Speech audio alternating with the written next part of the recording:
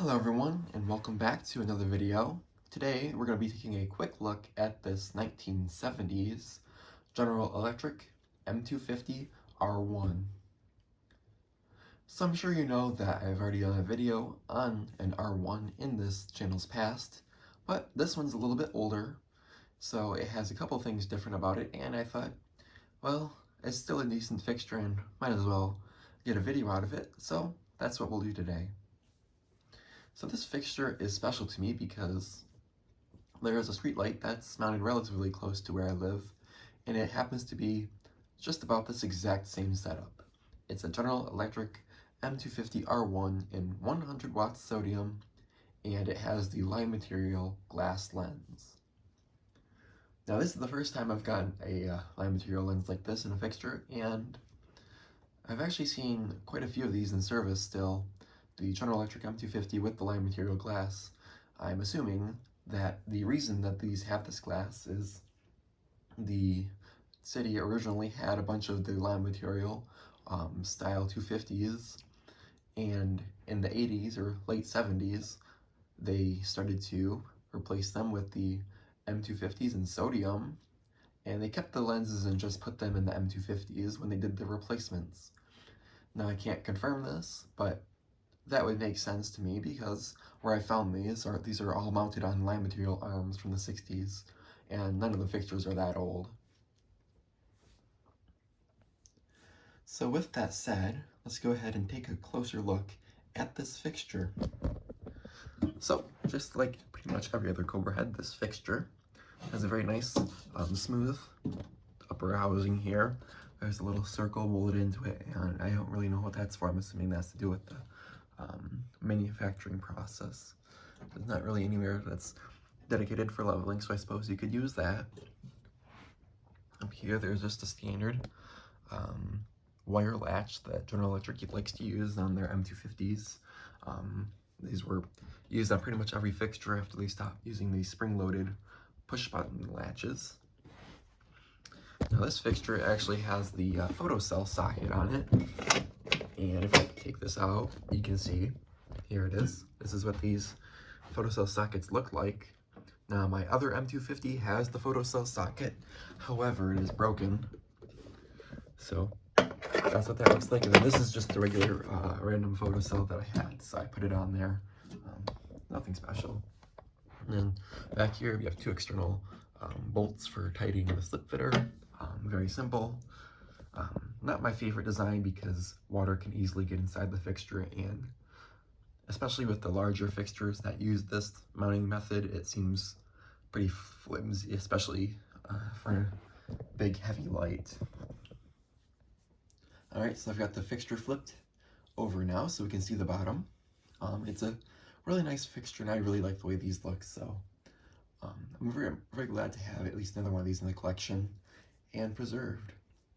So on the bottom you'll see that there's a latch here, very simple latch. This is actually using a cast piece of aluminum to make the latch piece. Newer ones are all a wire, aluminum wire to make that latch. And then we have the door, which is seeing quite a bit of trauma. It's missing a lot of paint and I don't know why it looks like that, but something happened. I might try to repaint this at some point, but I'm not completely sure. So here's the line materials glass. It's a very nice, high quality piece of glass. It does have the line material logo in it, but it's very faint. Unfortunately, my refractor does have some chipping, and there's a piece in there that's broken, which is unfortunate, but you can't really tell too much from the outside, and at least it's still there in one piece. There's no holes in it. So, and then I'll pull the camera up here. You can see there are some details here. The General Electric logo is embossed very well. And then you have your sticker here, and it has this little line here. And I'm not really sure what that's for. I would assume it's just to line up that sticker, but that really wouldn't make sense. Perhaps it protects it in some way, but I don't know. And then up here, we have the hinge assembly, which we're all used to. It's the same as pretty much every single street light. So let's get this open and take a look at the inside. So to open it, you just pull back your latch, like such. You pull back the fixture door, and then it'll just kind of pop out like that. So we can start here by looking at just the door by itself. To take out the refractor, all you have is a simple little piece there that you turn out of the way, and the refractor comes out. The door is just your standard Cobra head door. It's in made pretty well. It's decently thick, but it's not over the top quality. Take a look. This has got quite a bit of corrosion on the inside. I'm not really sure what this light experienced, but it's had a bit of a hard life. Here's the bottom. Now these hinges on here are very easy to break, so you have to be really careful with these lights, because once you break that, you're kind of out of luck.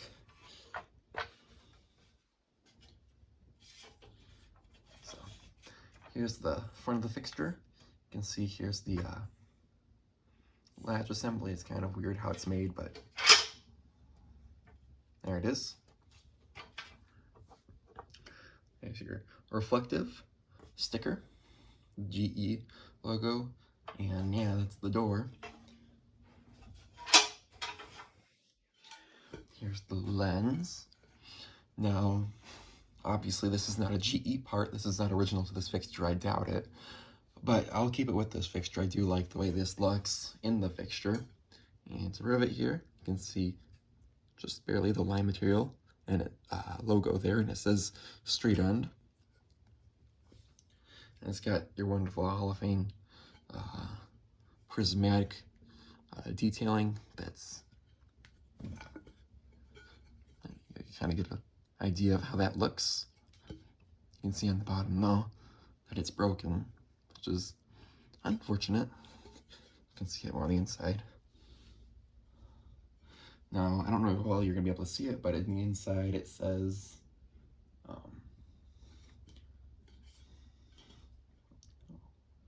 Hall of Fame on the inside, and then a line material.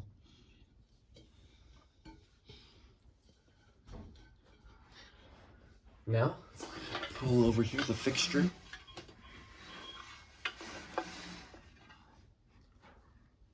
Again, at first glance it looks like your typical M250R1, but I'll take a closer look anyway because there are a couple differences. We'll start at the back here. We have the bird guard, which is just a normal part on these. You put this on here and it keeps anything from getting into the fixture at all, although I don't know how well they work.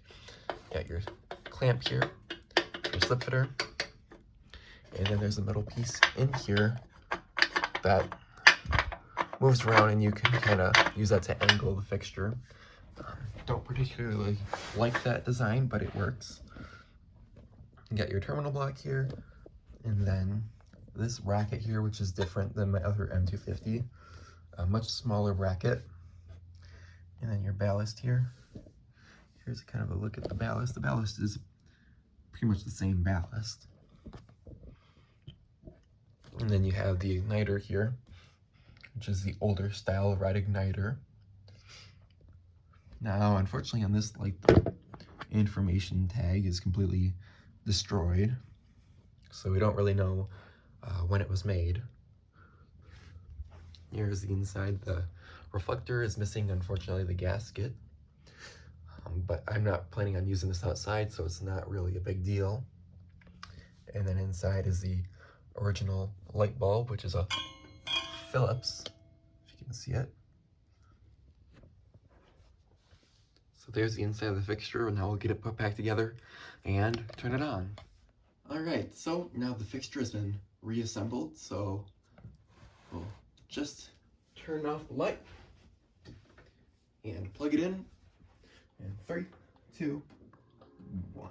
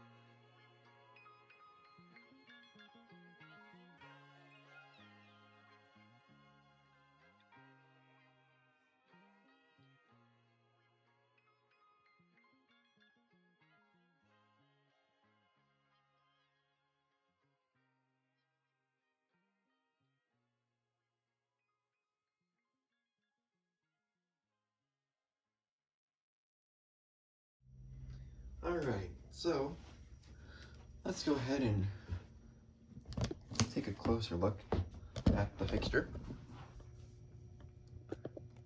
The line material glass in these is really quite nice, and when you get up closer to it here, you can kind of get a feel for that lens. But it's just a relatively simple light fixture. So, now that we've seen that, I'm gonna go ahead and unplug it, and we can watch the low down. 3, 2, 1.